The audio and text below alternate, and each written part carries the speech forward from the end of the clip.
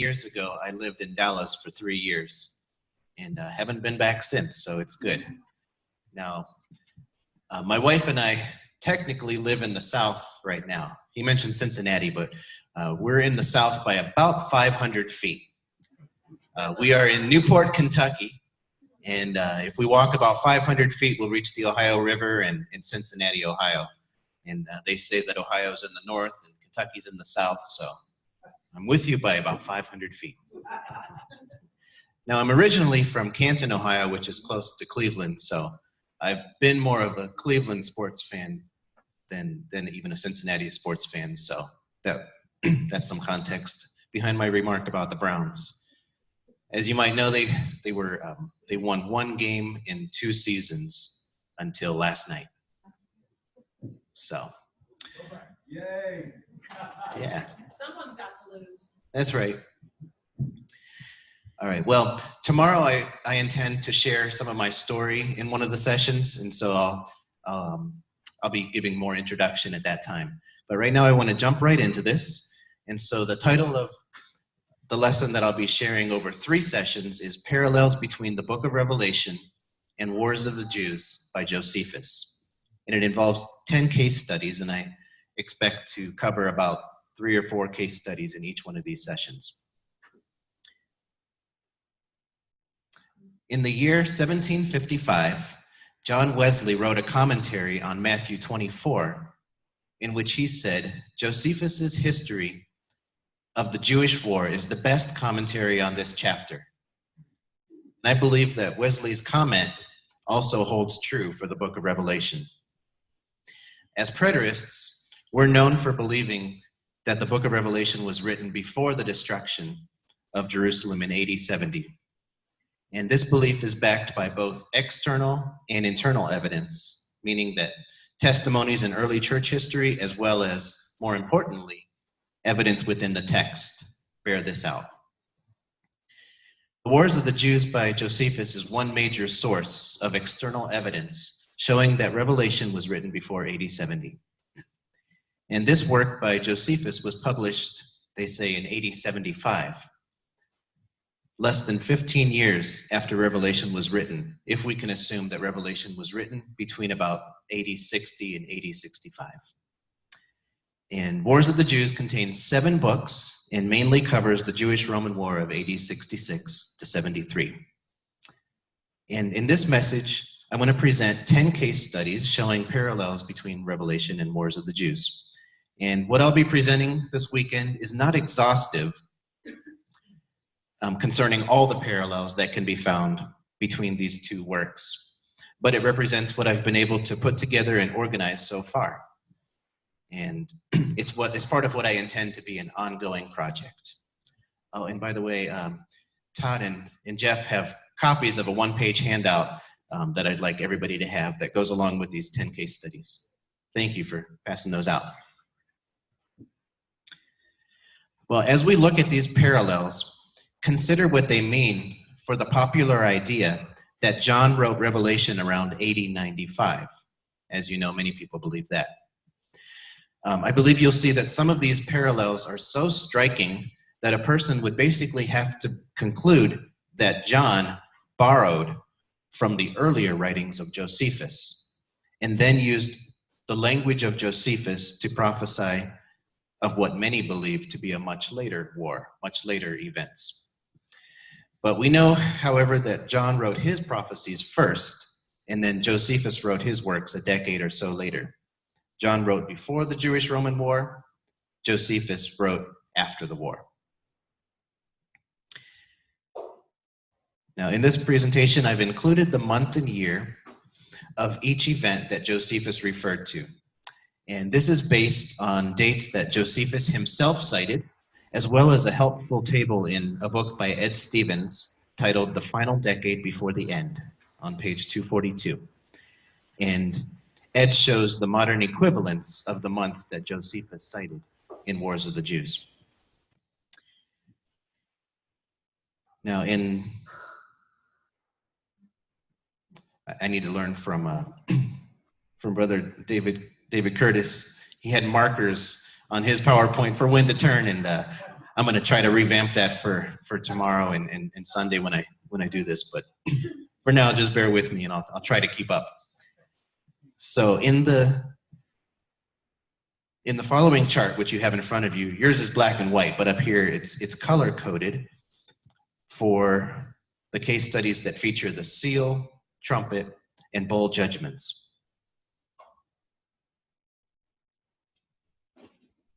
Okay, and this is what you have on the handout as well, which is in black and white.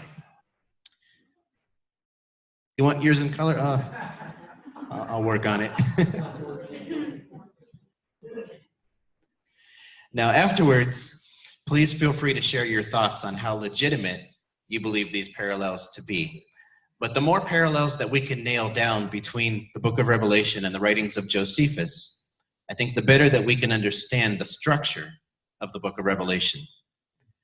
For example, were the seals, trumpets, and bowls fulfilled chronologically? When Josephus wrote about events fulfilled in the seals, trumpets, and bowls, did he do so in the same order that John listed them? How much recapitulation or restating of events actually exists in the book of Revelation? So these are some questions we can consider as we go through these. Okay, so the first case study is from one of the seals, and this is Revelation 6:4, which reads, "And another horse, fiery red, went out, and it was granted to the one who sat on it to take peace from the earth, and that people should kill one another, and there was given to him a great sword." So this verse describes the opening of the second seal, and here we see that peace would be taken from the earth. Now the phrase "the earth" can also be translated as land, as it is in Young's literal translation. And it's a reference to the promised land, that is the land of Israel. A good example of this is Luke 21:23, where Jesus clearly spoke of Judea, yet some translations will say on the earth, which sounds like the planet, and others will say in the land. Well, it was Judea, so it was clearly the land of Israel. In Wars of the Jews 4.3.2, which I'm referring to here as, in short, as Wars 4.3.2, we read about a deadly civil war among the Jews, which began outside of Jerusalem, but spread to the city of Jerusalem by the time that the Jewish-Roman War, began in the month of August of AD 66. And here's what Josephus said in this passage: "But then it must be observed that the multitude that came out of the country were at discord before the Jerusalem sedition began.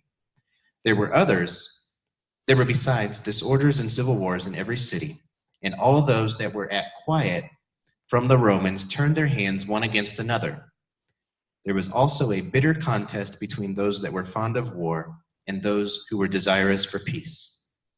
At the first, this quarrelsome temper caught hold of private families, who began already to stand in opposition one to another, so that seditions arose everywhere. The barbarity and iniquity, those of the same nation, did no way differ from the Romans. Nay, it seemed to be a much lighter thing to be ruined by the Romans than by themselves." So Josephus was describing the events of November AD 67 when he gave this summary. And he used phrases like one against another, in opposition one to another, civil wars in every city, and barbarity. And this lines up very well with John's vision of people killing one another in the land. And this fighting was so significant that he said the approach of the Romans was seen as a much lighter thing than what the Jews were already doing to themselves. And in John's vision, he also saw a great sword. Well, numerous times Josephus spoke of the zealots killing others with swords and cutting their throats. That's a phrase that you can see quite a number of times. I have 4 examples cited here. I think you can see them up there: Wars 2.18.3 and 3 others.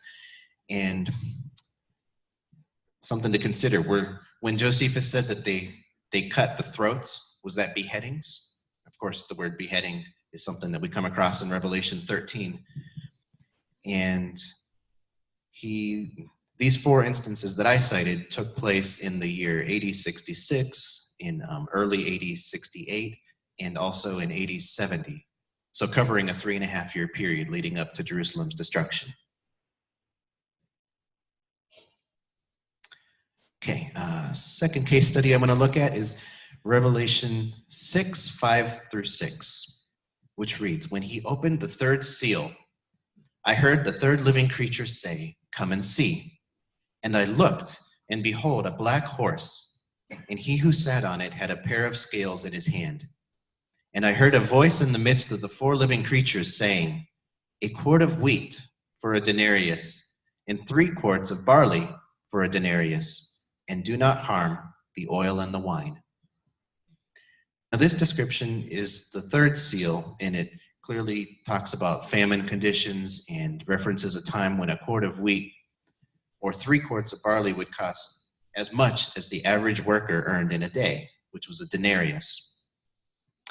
Now, let's compare this description by Josephus to a great famine which took place during the siege of Jerusalem, the 5-month siege of Jerusalem in AD 70, around the month of May. And he said, "Many there were who indeed sold what they had for 1 measure. It was of wheat, if they were of the richer sort, but of barley, if they were poorer." So John mentioned wheat and barley. Josephus mentions wheat and barley. "When these had so done, they shut themselves up in the inmost rooms of their houses and ate the corn that they had gotten. Some did it without grinding it by reason of the extremity of the want they were in, and others baked bread of it, according as necessity and fear dictated to them. A table was nowhere laid for a distinct meal, but they snatched the bread out of the fire, half-baked, and ate it very hastily." And that's from Wars 5.10.2. So some pretty clear comparisons there between Josephus and John. Barley, wheat, and this famine. And in July of AD 70, the famine conditions in Jerusalem became so bad that a mother cooked and ate her own child. Her name was Mary of Bethzab, and her story is recorded in Wars 6.3.4. And this also fulfilled what Deuteronomy 28:53 and verses 56 to 57 said would happen to a perverse generation during a siege in Israel's latter days. You can also see Deuteronomy 32, verse 30, and Deuteronomy 31, verse 29, for that reference. Now, to continue on further, there's another parallel. Josephus also described a sacrilegious act that involved oil and wine, the very thing that John brought up in this passage. And this act was carried out by one of the zealot leaders named John Levi of Gischala. And Josephus said, "But as for John, when he could no longer plunder the people, he betook himself to sacrilege and melted down many of the sacred utensils." And maybe I won't read this whole quote, but if you scan down toward the end of this quote, which is found in Wars 5.13.6, he goes on and says that John emptied the vessels of that sacred wine and oil which the priests kept to be poured on the burnt offerings, and which lay in the inner court of the temple. And he distributed among the multitude, who in their anointing themselves and drinking used each of them above an hin of them, an ancient measurement. So John mentioned the wine and oil. Josephus mentioned the wine and oil. In John's vision, he said, "Do not harm the oil and the wine." And Josephus went on to record how a zealot leader abused the oil and wine during the siege. And here's a simple chart showing these 2 parallels that are found in this case study, in this passage here in Revelation 6.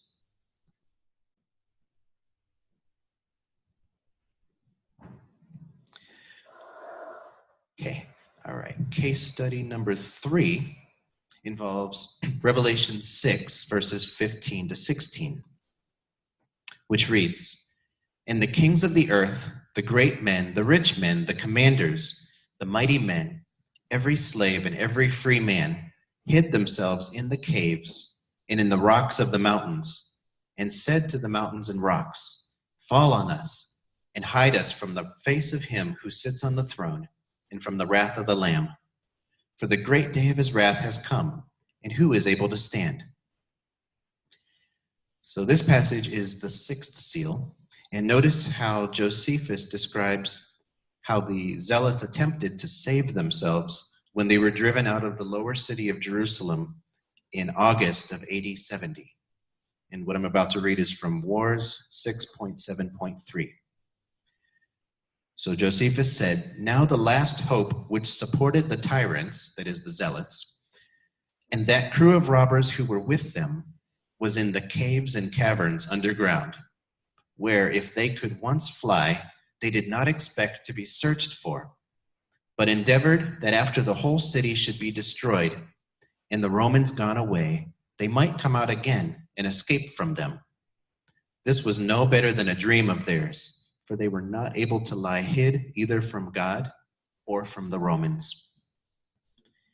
So here John saw a vision of commanders and other men hiding in the caves and the rocks and attempting to hide from God. Josephus describes how the zealots headed to the caves and the caverns as their last hope of escaping from the Romans. And he also points out how they were unable to hide from God and the Romans. And these accounts are actually also parallel to an earlier prophecy that was given by Jesus on his way to Golgotha. Jesus in Luke 23:27-30 said, "And a great multitude of the people followed him." Rather, Luke said this. "A great multitude of the people followed him, and women who also mourned and lamented him. But Jesus, turning to them, said, 'Daughters of Jerusalem, do not weep for me, but weep for yourselves and for your children. For indeed, the days are coming in which they will say, Blessed are the barren, wombs that never bore, and breasts which never nursed. Then they will begin to say to the mountains, Fall on us, and to the hills, cover us.'" So Jesus told these ladies and their children that they would personally see the day when people in Jerusalem would call upon the mountains to fall on them and hide them. And about 40 years later, it happened just as he said, and just as John foretold, and as it was recorded by Josephus. And if you're taking any written notes, Hosea 10:8 is also a parallel to this in reference to the Babylonian captivity, where the same thing happened. How am I doing on time, TJ? 4 minutes? I think we can throw in one more case study then. Okay, this next case study is taken from the trumpets and from one of the trumpet judgments, Revelation 8:7-9. "The first angel sounded, and hail and fire followed, mingled with blood, and they were thrown to the earth, and a third of the trees were burned up, and all green grass was burned up. Then the second angel sounded, and something like a great mountain burning with fire was thrown into the sea, and a third of the sea became blood. And a third of the living creatures in the sea died, and a third of the ships were destroyed." This actually covers the first and second trumpet judgments, and both of these judgments feature a mixture of fire and blood. Keep that in mind as we read what Josephus wrote in Wars 3.2.4, describing what happened in Galilee in March and April of AD 67.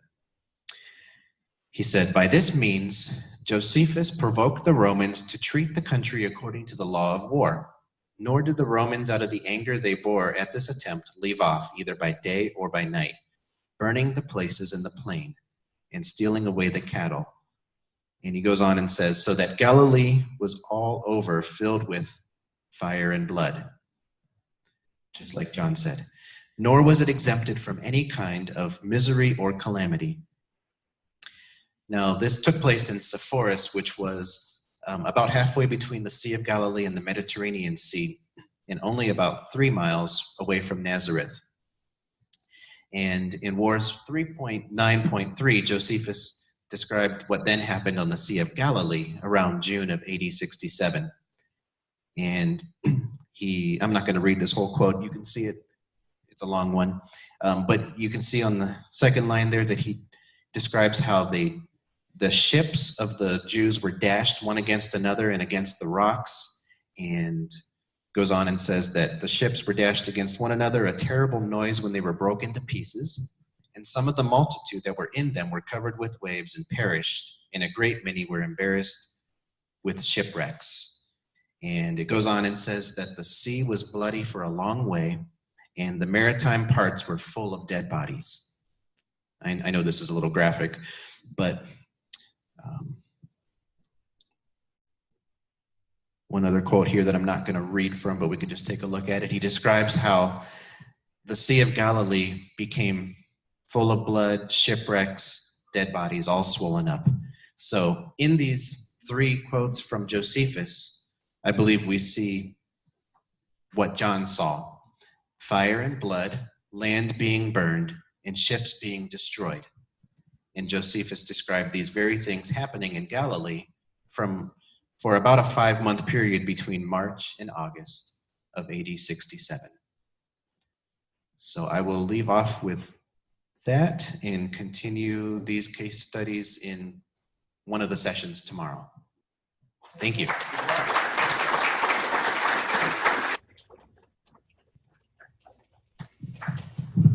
Good job.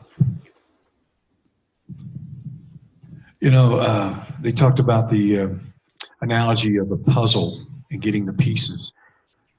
This type of in-depth research is like when you have 25 pieces of white sky. I mean, you really got to want to know. I have to know if this was symbolic or had a real physical fulfillment.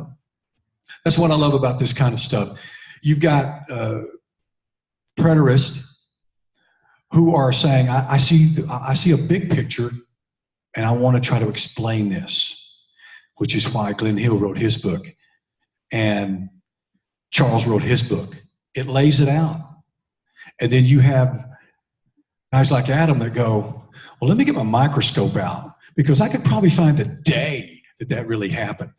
And we're using real history. So all of these things are so valuable to us. Once again, the big picture, realize what a total victory Christ gave us. And that's, to me, I love every bit of this stuff. And that's why I wanted to do a cafeteria style conference. You know, you get a little of this, and 20 minutes later, you get a little of that.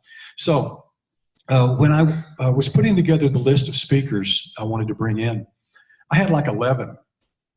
And I thought, yeah, this will be like fanfare in Nashville. We get to meet all of our favorite speakers. And then I realized I got to cover their airfare and hotel and food. So I went, okay, some of these guys can wait. And these were the 5 that I chose. And there's certain names within fulfilled eschatology that we all recognize. You know, there's Don, and there's David, and there's Ed, and there's this guy that I think since 2008, 4, somewhere, I've been getting his magazine, Fulfilled Magazine. And I was talking with someone who said that they look forward to it every month or every quarter. Yes. And they hold on to every word and they read it over 2 or 3 times. They go, oh. And it really is. What Brian has managed to do is help unify and give a voice and give teaching. And he doesn't do it to make money. Have you made any money yet on the? No, he still hasn't made any money. You know, they say every business, you got to give it 2 or 3 decades before you. So he is, in my opinion, he is one of the major influences in fulfilled eschatology because he is giving people a platform to get connected. And through that, Tony Denton was able to hook up and get what Tony Denton does, which is connect us. So guys like this, to me, working behind that curtain are just as important as those who are presenting it out in public. So I want to hear throughout this conference, I want to hear what motivated him to start a magazine. Why in the world he thought he could do something so crazy. But one of the best books we have written, or we've read, is one that Brian put out, Behind the Veil of Moses. Wow. Great book. And he's got another one over there that I haven't read, so. Oh, okay. He's got a different cover, though. Same words. Oh, okay, okay. So I want to hear about that. Whatever he has to say, I want to hear about it. And the reason I picked David Curtis, a pastor of a church, and Don, a home pastor of a church, and Charles, an author, Facebook guy, and Brian, magazine, DVD, books, and Adam, Facebook, internet, his own website, his own blog. He's got a blog. I want you to be inspired. And if you want to network and you want to find out, how do I do this? How do I shoot my own video? Scott Fisher, he's getting to be Mr. Video. He just got an award on Facebook for the most videos posted a week or something. I don't know. David Curtis, over 700,000 hits on his YouTube page. And I think he gets $2 for each hit, right? In a perfect world. Yeah.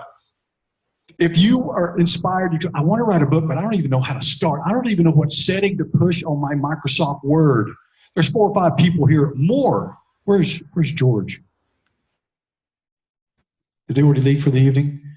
He's got a book over here he's written. So there's a way to do this. You want to pastor a church? I see men right here that can do it.